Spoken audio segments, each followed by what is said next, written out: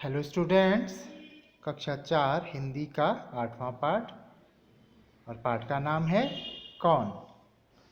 आइए हम इस कविता को पढ़ते हैं और इसका अर्थ समझते हैं कि किसने बटन हमारे कुतरे, किसने स्याही को बिखराया, कौन चट कर गया दुबक कर घर भर में अनाज बिखराया। दोना खाली रखा रह गया, कौन ले गया उठा मिठाई, दो टुकड़े तस्वीर हो गई, किसने रस्सी काट बहाई। कभी कुतर जाता है चप्पल, कभी कुतर जूता है जाता, कभी खलीता पर बन आती, अनजाने पैसा गिर जाता। किसने जिल्द काट डाली है, बिखर गए पोथी के पन्ने, रोज टांगता धो धो कर मैं, कौन उठा ले जाता छन्ने। कुतर कुतर कर कागज सारे, रद्दी से घर को भर जाता, कौन कबाड़ी है जो कूड़ा, दुनिया भर का घर भर जाता। कौन रात भर गड़बड़ करता, हमें नहीं देता है सोने, खुर करता इधर उधर है, ढूंढा करता छिप छिप कोने। रोज रात भर जगता रहता, खुर इधर उधर है धाता, बच्चों उसका नाम बताओ, कौन शरारत यह कर जाता। तो सोहन लाल द्विवेदी द्वारा यह कविता लिखी गई है और इस कविता का जो शीर्षक है वो है कौन। तो इसका अर्थ अब हम समझते हैं कि किसने बटन हमारे कुतरे। आखिर किसने हमारी बटन जो कमीज के बटन जो थे वो किसने कुतरे। यहाँ पे किसने हम बटन हमारे कुतरे, किसने हमारे कमीज के जो बटन थे वो कुतरे, किसने स्याही को बिखराया। और जो लिखने वाली स्याही है उस स्याही को आखिर किसने बिखराया, किसने हमारे कमीज के बटन कुतरे और किसने इस स्याही को बिखराया।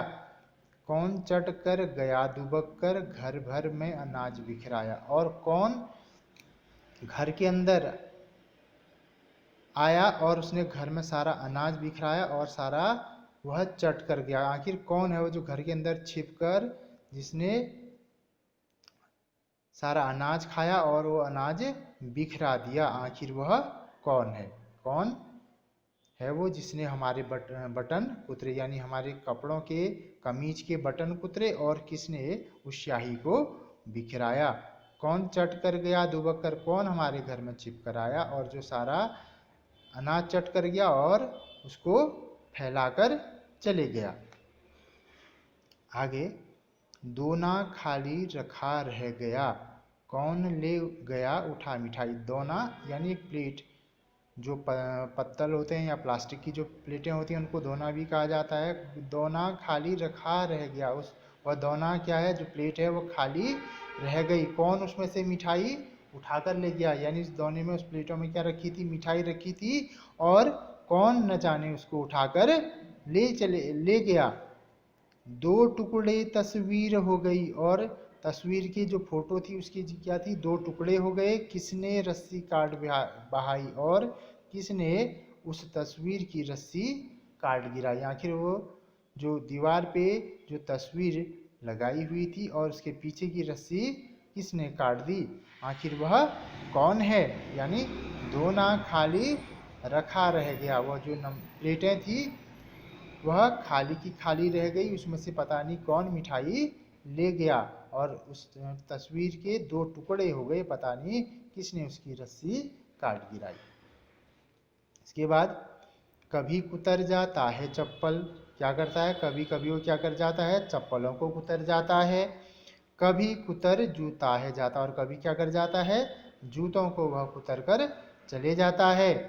कभी खलीता पर बनाती, खलीता का अर्थ है थैली, कभी खलीता कभी थैलों पर बनाती, अनजाने पैसा गिर जाता। कभी कभार क्या करता है, जिसमें हम पैसे रखते हैं उस थैले को वह काट कर चला जाता, जिससे क्या हो जाते पैसे नीचे गिर जाते हैं। एक बार फिर से, कभी कुतर जाता है चप्पल, कभी क्या कर जाता है वो चप्पलों को कुतर जाता है, कभी कुतर जूता है जाता, और कभी क्या कर जाता है जूते को वह कुतर जाता है। कभी खलीता पर बनाती, और कभी कभी क्या कर जाता है वो पैसों के थैलों को भी क्या कर जाता है, जिसमें पैसे रखे थे उनको काट जाता है, और उसमें से क्या कर हो जाते हैं पैसे गिर जाते हैं, और इसका पता भी नहीं चलता है। आगे बढ़ते हैं। किसने जिल्द काट डाली है, किसने जिल्द काट डाली है, बिखर गए पोथी के पन्ने। और किसने, आखिर वह जिल्द यानी जो बाहर आप कॉपी के बाहर जो जिल्द लगाते हैं वह किसने काट डाली है, और उससे क्या हुआ, उस जिल्द को काटने से बिखर गए पोथी के पन्ने, और जो किताब के पन्ने हैं वो क्या हो गए हैं, अलग थलग पड़ गए हैं, बिखर गए हैं। रोज टांगता धो धो कर मैं, कौन उठा ले जाता छन्ने। और क्या करता हूँ, रोज टांगता धो धो कर, और मैं रोज धो धो कर टांगता हूँ। क्या टांगता हूँ, कौन उठा ले जाता छन्ने। छन्ने का अर्थ है यहाँ पर एक मशीन महीन कपड़ा, बारीक कपड़ा, जिसमें हम किसी द्रव्य को छानते हैं ना, जैसे दही मट्ठा वगैरह इन चीज़ों को हम छानते हैं, उसको छन्ना कहा जाता है। तो यहाँ पे वो कह रहा है कि मैं रोज रोज धो धो कर उसको टांगता हूँ, पता नहीं उसको कौन उठाकर ले जाता है। एक बार फिर से इसको देखते हैं। किसने जिल्द काट डाली है, किसने इस कॉपी किताब की जिल्द काट दी हैं, बिखर गए पोथी के पन्ने, जिससे क्या हो गया, उस पोथी के पन्ने क्या हो गए हैं, बिखर गए हैं। रोज टांगता धो धो कर मैं, कौन उठा ले जाता छन्ने। और क्या, जिनको मैं रोज धो धो कर टांगता हूँ और पता नहीं उनको कौन उठाकर ले जाता है। आगे बढ़ते हैं। कुतर कुतर कर कागज सारे, रद्दी से घर को भर जाता, कौन कबाड़ी है जो कूड़ा, दुनिया भर का घर भर जाता। यानी कुतर कुतर कर सारे कागज, कागज जो सारे कागज हैं उनको क्या कर जाता है, वो कुतर जाता है, और रद्दी से घर को भर जाता, और रद्दी के ढेर से क्या कर जाता है, बिल्कुल घर को भर जाता है। पूरे घर में जो है पूरा कागजों को कुतर कुतर कर बिल्कुल रद्दी का ढेर बन चुका है। कौन कबाड़ी है जो कूड़ा, दुनिया भर का घर बजाता। यानी यह कौन कबाड़ी है जो क्या करता है, दुनिया भर का कूड़ा हमारे घर के अंदर भर कर जाता है। यह पता नहीं चल रहा है कि आखिर यह कौन है। एक बार फिर से इसको देखते हैं कि कुतर कुतर कर कागज सारे, रद्दी से घर को भर जाता, कौन कबाड़ी है जो कूड़ा, दुनिया भर का घर भर जाता। यानी जितने भी कागज हैं, सारे कागज हैं, उनको कुतर कुतर कर वो रद्दी से क्या कर जाता है, घर को भर जाता है, हमारे घर में उसका ढेर लगा देता है। आखिर यह पता नहीं कौन कबाड़ी है जो क्या करता है, दुनिया भर का कूड़ा लाकर हमारे घर में क्या कर देता है, भर देता है। कौन रात भर गड़बड़ करता, हमें नहीं देता है सोने, खुरखुर करता इधर उधर है, ढूंढा करता छिप छिप कोने। यहाँ पे कौन रात भर गड़बड़ करता, पता नहीं रात भर यह गड़बड़ कौन करता है, और हमें सोने नहीं देता है, हमें नहीं देता है सोने, और रात को हमें सोने नहीं देता है। खुरखुर करता इधर उधर, रात भर क्या करता है, इधर उधर खुरखुर की आवाज़ करते रहता है। ढूंढा करता छिप छिप कोने, और क्या करता है, कोनों को ढूंढा करता है वहाँ, ताकि वह उसमें छिप सके। एक बार फिर से इसको देखते हैं। कौन रात भर गड़बड़ करता, हमें नहीं देता है सोने, खुरखुर करता इधर उधर है, ढूंढा करता छिप छिप कोने। यानी रात भर पता नहीं वह कौन गड़बड़ करता रहता है और हमें सोने नहीं देता है, रात भर खुरखुर की आवाज़ करते रहता है इधर उधर, और क्या करता है, अपने लिए छिपने के लिए कोने ढूंढता फिरता रहता है। रोज रात भर जगता रहता, खुरखुर इधर उधर है धाता, बच्चों उसका नाम बताओ, कौन शरारत यह कर जाता। रोज रात भर जगता रहता, रात भर क्या करता है, वो जगता रहता है, खुरखुर इधर उधर है धाता, और खुरखुर करके इधर उधर धाता यानी भागता है या दौड़ता है, और पता नहीं रात भर वह जगता रहता है और खुर करके इधर उधर भागता रहता हो। तो बच्चों उसका नाम बताओ कौन शरारत यह। तो बच्चों तुम्हें उसका नाम बताना है कि यह इस तरह की शरारत कौन कर जाता है। तो इस तरह की जो शरारत कौन करता है आपको पता चल गया होगा। हाँ, तो चूहा, चूहे के बारे में बताया गया है कि चूहा यह शरारत करता रहता है। तो आपको वैसे ही पता चल गया होगा इस कविता को देखते ही कि इस तरह के काम कौन करता है। चूहा ही करता है। वो क्या करता है, घर में, घर के अंदर जब वो आता है बहुत सारा नुकसान कर देता है। कपड़ों को, उसके जो उसमें बटन लगे होते हैं उनको कुतर जाता है, और जो वहाँ पे आपकी कॉपी किताब या अनाज घर में रखा होता है उस सब को क्या कर जाता है, वो बिखरा जाता है और उसको बहुत नुकसान पहुँचा जाता है। इस तरह से रात भर वो इधर उधर करते रहता है और आपकी कई चीज़ों को, जो महत्वपूर्ण चीज़ें हैं उन चीज़ों को क्या कर जाता है, वो नुकसान कर जाता है, उनको बर्बाद कर जाता है। कभी कभार आपकी जूते चप्पल और कॉपी किताब की जो जिल्दें हैं, बहुत सारी ऐसी चीज़ें हैं जो वह क्या कर जाता है, रोज़ उसको कुतर जाता है और उसको नुकसान पहुंचा जाता है। तो इस तरह से यह कविता यहाँ पर समाप्त होती है। उसके बाद हम आपको अगले पाठ में लिए चलते हैं, और अगला पाठ है पाठ 9, स्वतंत्रता की ओर।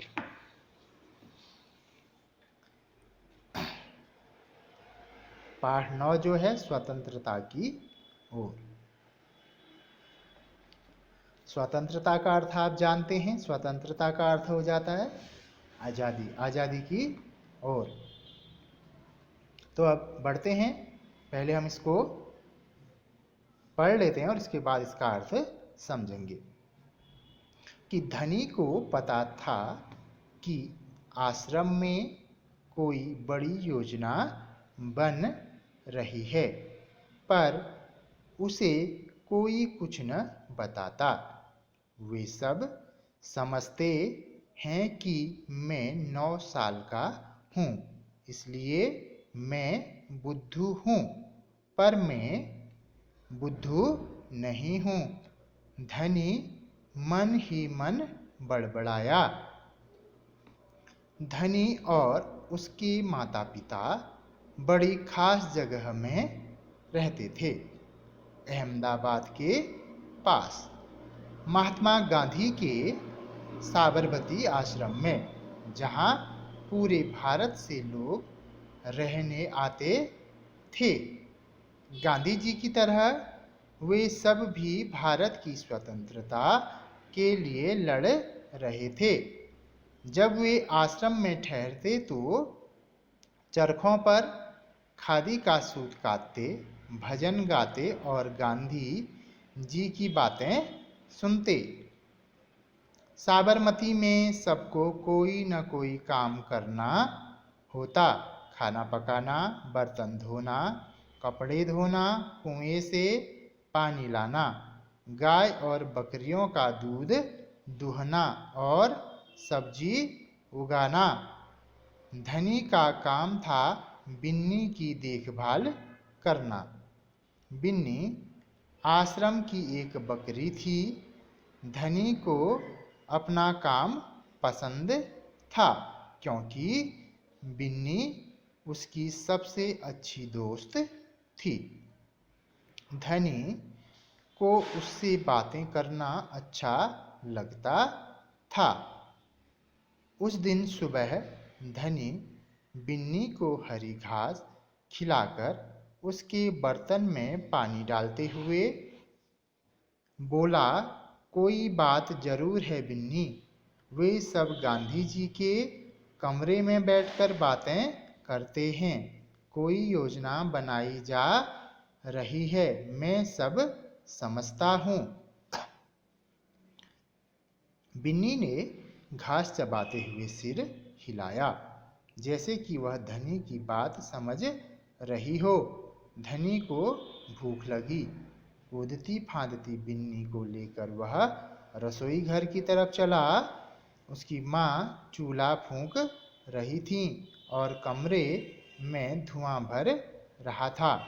अम्मा, क्या गांधी जी कहीं जा रहे हैं? उसने पूछा।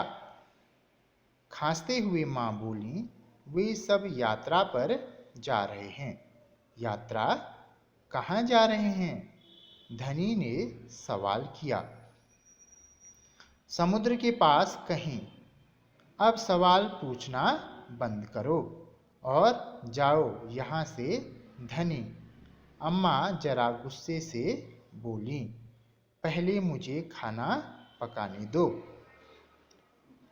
धनी सब्जी की क्यारियों की तरफ निकल गया जहाँ बूढ़ा बिंदा आलू खोद रहा था। बिंदा चाचा धनी उनके पास बैठ गया। आप भी यात्रा पर जा रहे हैं क्या? बिंदा ने सिर हिलाकर मना किया।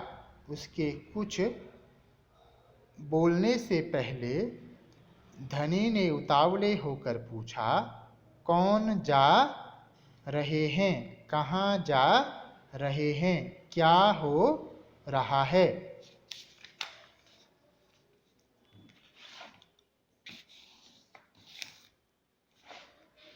बिंदा ने खोदना रोक दिया और कहा, तुम्हारे सब सवालों के जवाब दूंगा, पर पहले इस बकरी को बांधो, मेरा सारा पालक चबा रही है।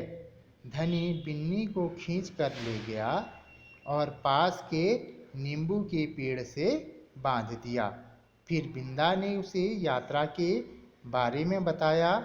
गांधी जी और उनके कुछ साथी गुजरात में पैदल चलते हुए दांडी नाम की जगह पर समुद्र के पास पहुँचेंगे। गांवों और शहरों से होते हुए पूरा महीना चलेंगे। दांडी पहुंचकर वे नमक बनाएंगे। नमक? धनी चौंक कर उठ बैठा। नमक क्यों बनाएंगे? वह तो किसी भी दुकान से खरीदा जा सकता है। हाँ, मुझे मालूम है। बिंदा हंसा, पर महात्मा जी की एक योजना है। यह तो तुम्हें पता ही है कि वह किसी बात के विरोध में ही यात्रा करते हैं या जुलूस निकालते हैं, है न? हाँ, बिल्कुल सही। मैं जानता हूँ, वे ब्रिटिश सरकार के खिलाफ सत्याग्रह के जुलूस निकालते हैं जिससे कि वह उनके खिलाफ लड़ सकें और भारत स्वतंत्र हो जाए। पर नमक को लेकर विरोध क्यों कर रहे हैं? यह तो समझदारी वाली बात नहीं है। बिल्कुल धनी, क्या तुम्हें पता है कि हमें नमक पर कर देना पड़ता है? अच्छा, धनी हैरान रह गया। नमक की जरूरत सभी को है। इसका मतलब है कि हर भारतवासी गरीब से गरीब भी यह कर देता है। बिंदा चाचा ने आगे समझाया, लेकिन यह तो सरासर अन्याय है। धनी की आंखों में गुस्सा था। हाँ, यह अन्याय है। इतना ही नहीं, भारतीय लोगों को नमक बनाने की मनाही है। महात्मा जी ने ब्रिटिश सरकार को कर हटाने को कहा, पर उन्होंने यह बात ठुकरा दी। इसीलिए उन्होंने निश्चय किया कि वे दांडी चलकर जाएंगे और समुद्र के पानी से नमक बनाएंगे। 1 महीने तक पैदल चलेंगे। धनी सोचकर परेशान हो रहा था। गांधी जी तो थक जाएंगे। वे दांडी बस या ट्रेन से क्यों नहीं जा सकते? क्योंकि यदि वे इस लंबी यात्रा पर दांडी तक पैदल जाएंगे तो यह खबर फैलेगी, अखबारों में फोटो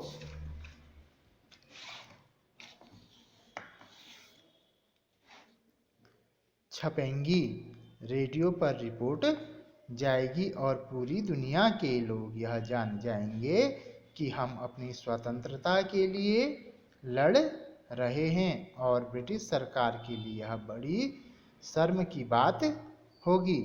गांधी जी बड़े ही अक्लमंद हैं, है न? धनी की आंखें चमकीं। बिंदा ने हंसकर कहा, हाँ वो तो हैं ही। दोपहर को जब आश्रम में थोड़ी शांति छाई, धनी अपने पिता को ढूंढने निकला। वह एक पेड़ के नीचे बैठकर चरखा काट रहे थे। पिताजी, क्या आप और अम्मा दांडी यात्रा पर जा रहे हैं? धनी ने सीधे काम की बात पूछी। मैं जा रहा हूँ। तुम और अम्मा यहीं रहोगे? मैं भी आपके साथ चल रहा हूँ। बेकार की बात मत करो धनी, तुम इतना लंबा नहीं चल पाओगे। आश्रम के नौजवान ही जा रहे हैं। धनी ने हट पकड़ ली। मैं 9 साल का हूँ और आपसे तेज दौड़ सकता हूँ। धनी के पिता ने चरखा रोककर बड़े धीरज से समझाया, सिर्फ वे लोग जाएंगे जिन्हें महात्मा जी ने खुद चुना है।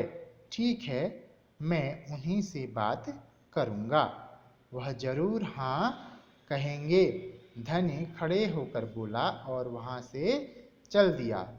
गांधी जी बड़े व्यस्त रहते थे, उन्हें अकेले पकड़ पाना आसान नहीं था, पर धनी को वह समय मालूम था जब उन्हें बात सुनने का समय होगा। रोज सुबह वह आश्रम में पैदल घूमते थे। अगले दिन जैसे ही सूरज निकला, धनी बिस्तर छोड़कर गांधी जी को ढूंढने निकला। वे गौशाला में गायों को देख रहे थे। फिर वह सब्जी के बगीचे में मटर और बंद गोभी देखते हुए बिंदा से बात करने लगे। धनी और बिन्नी लगातार उनके पीछे पीछे चल रहे थे। अंत में गांधी जी अपनी झोपड़ी की ओर चले। बरामदे में चरखे के पास बैठकर उन्होंने धनी को पुकारा, यहाँ आओ बेटा। धनी दौड़कर उनके पास पहुंचा। बिन्नी भी साथ में कूदती हुई आई। तुम्हारा क्या नाम है बेटा? धनी, बापू। और यह तुम्हारी बकरी है?